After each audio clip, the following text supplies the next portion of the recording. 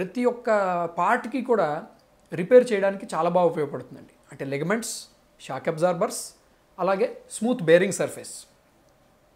ఇవన్నీ కూడా బైక్ యాక్సిడెంట్లో ఇంజురీ అవుతాయి, కానీ స్పోర్ట్స్ ఇంజరీస్లో ఇవన్నీ కూడా ఇంజురీ అయ్యే అవకాశం చాలా ఎక్కువ ఉంటుందన్నమాట. స్పోర్ట్స్ ఇంజరీస్లో కామన్గా చూస్తాం ఇవన్నీ, లెగమెంట్ టైర్స్ కానీ కార్టిలేజ్ టైర్స్ కానీ. ఇంకా స్పోర్ట్స్ పర్సన్స్కి perfect strength and perfect confidence joint మీద అవసరం.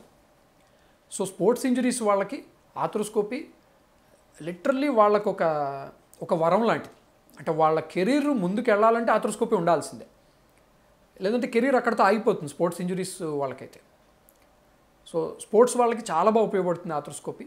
అలాగే ఆర్థ్రోస్కోపీ స్పెషలిస్టులు అందరూ కూడా స్పోర్ట్స్ ఇంజరీస్ రాకుండా ఏం చేయాలి, ఒకవేళ సర్జరీ అవసరం లేకుండా కూడా పార్షియల్ టైర్స్ అయితే ఏ విధంగా దాన్ని సరి చేసుకోవాలి, ఏ టెక్నిక్ ద్వారా, ఏ బాడీ ఫిట్నెస్ మెయింటైన్ చేయడం ద్వారా ఈ లెగమెంట్ టైర్స్ రాకుండా ఉంటాయి అనే సలహాలు సూచనలు కూడా ఆర్థ్రోస్కోపీ స్పెషలిస్టులు మీకు ఇవ్వగలుగుతారు.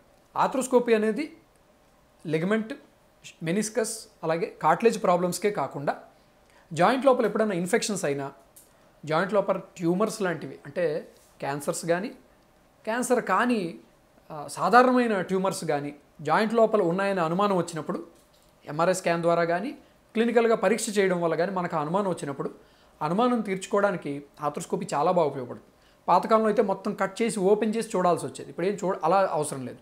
ఇప్పుడు చిన్న కన్నం ద్వారా జస్ట్ ఇంతే హోల్, ఇదెంత ఉంది, ఒక సెంటీమీటర్ కంటే చిన్న హోల్ ద్వారా మన మోకాలు కానీ షోల్డర్ జాయింట్ కానీ ఇంకేదైనా జాయింట్ లోపల ఆర్థ్రోస్కోప్ పెట్టి లోపల ఇన్ఫెక్షన్ ఉందా లేదా, క్యాన్సర్ ఉందా లేదా, ఒకవేళ మైనర్ ఇన్ఫెక్షన్ లాంటివి ఉంటే దాన్ని శుభ్రం చేయడం, టెస్ట్కి పంపించడం, బయాప్సీకి పంపించడం, అవన్నీ కూడా సాధ్యం అవుతాయి అన్నమాట.